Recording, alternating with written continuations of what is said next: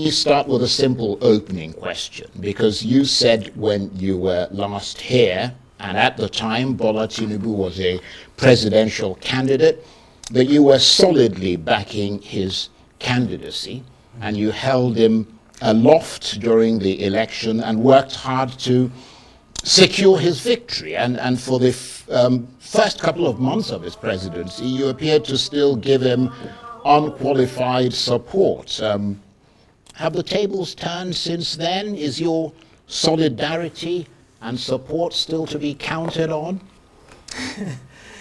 So you're watching extracts from Charles of Rice TV's interview with Nasir El-Rufai.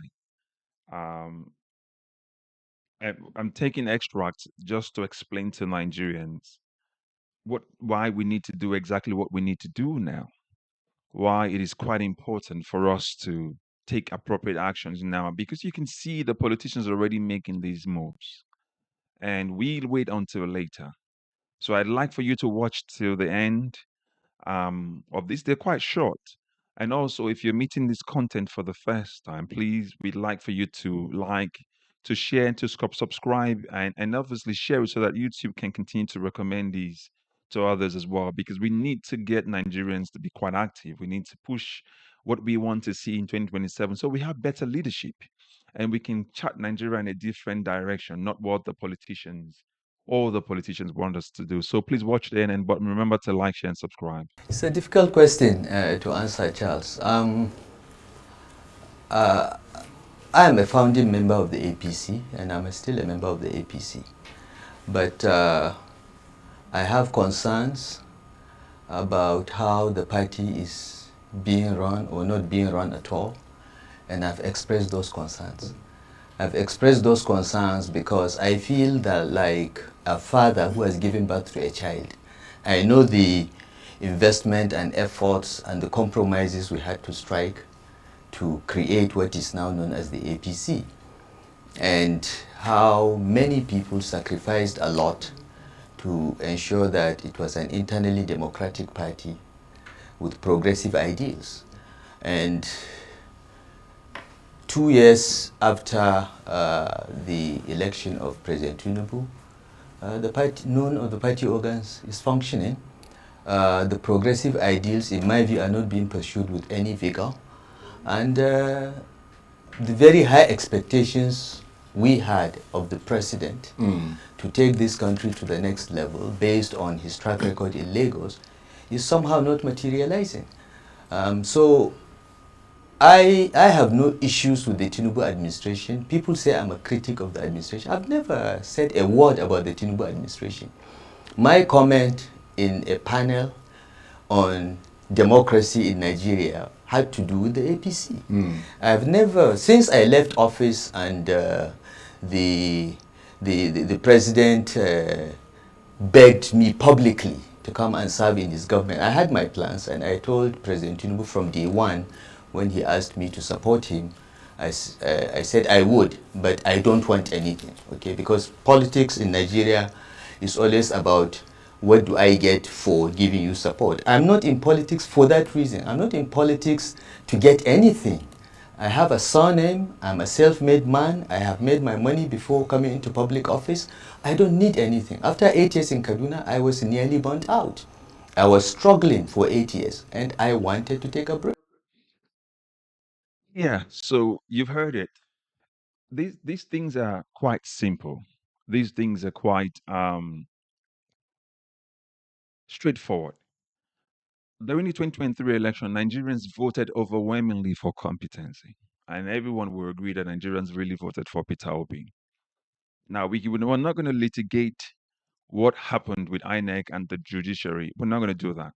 But we're going to really look at what he said, strategically, analytically, and take emotions out of it.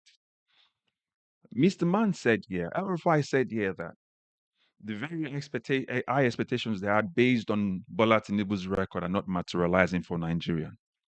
But the Lagosians already told you before that there was nothing that Tinubu did in Lagos that somebody else wouldn't have done and done better. But you guys said Tinubu built Lagos.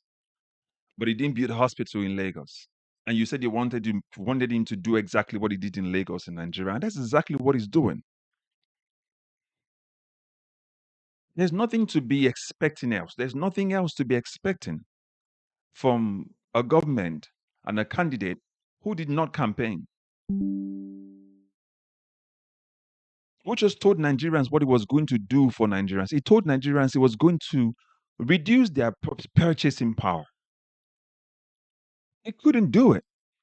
It couldn't. I mean, it did reduce their purchasing power, but it couldn't stabilize the economy. 2 years have gone. So we're talking about transitioning from a very bad government in Buhari's government to a comatose government in Tinubu's government that literally has put Nigeria, it's crippled Nigeria. And you're saying that the very high expectations you have of Tinubu is not materializing. It didn't materialize from the time I was campaigning. What do you think is going to happen right now?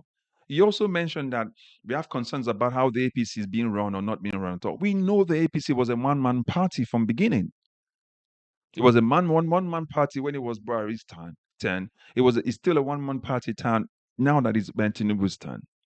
So that's not Nigeria's problem. What our concern is the fact that you guys sold to Nigerians and helped to rig a man who didn't win election, one that you said was going to build Nigeria the way he built Lagos. Literally, he's building Nigeria the way he built Lagos. What exactly are you expecting? And you're talking about progressive ideas. Please, what progressive ideas have you guys from APC ever had? I mean, the other day when they asked Kenneth Okonkwo why he left APC, he was talking about the same thing built to fight corruption. Literally, APC is the embodiment of corruption. These political parties are the embodiment of destruction. So you're coming to tell Nigerians that you're built on progressive ideals. 2 years after his presidency, 2 years after Tinubu's presidency, Nigeria is in a quagmire. We're talking about 10 years now of APC. Literally, you crumbled the economy. You kneecapped the economy and you made sure that Nigeria is not moving anymore. Businesses are folded, companies are packed out, people have lost their job. Nigerian poverty rate has gone up, corruption has gone up. And you're telling us that the high expectations you thought you were going to get for Nigeria from Tinubu, you're not seeing, somehow it's not materializing. Please. Now this brings me to Nigerians. Are we going to sit back, fold our hands, and let these guys make these same political machinations they've done from time? Why they fight themselves over who's worthy or who is not worthy?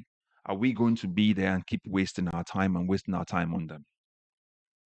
He's saying that the high expectations they had on Bola Tinubu's, based on Bola Tinubu's record, is not materializing. That's their expectations. The question is, what expectations do you have as Nigerians come 2027? Are we going to be lukewarm, passive, like we were in 2020, before 2023? Or are we going to take that vigor and pursue even more in 2027? What is your take? So please like, share, subscribe, and put your comment down in the comment section. And also for those ones who are thinking that your vote won't count, your vote won't count if you don't vote. What the politicians want you to know is that, or continue to have in your mind, is that your vote won't count because they're going to rig it. But I let you know this. If your vote won't count, they won't ask those area boys to go and steal the election ballot papers or burn them. Because they burn those ballot papers so they can use theirs. It's just a case of substitution. Which one are you going to believe?